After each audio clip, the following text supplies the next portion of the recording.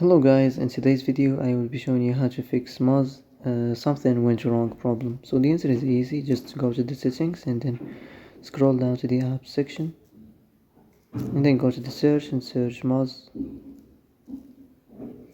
and then go to the storage, and here you will find this clear cache option. Click on it.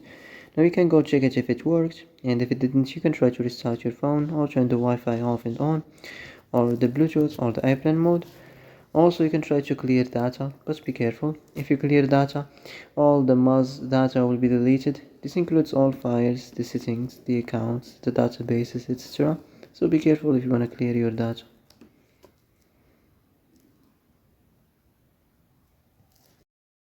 And that's it for today's video.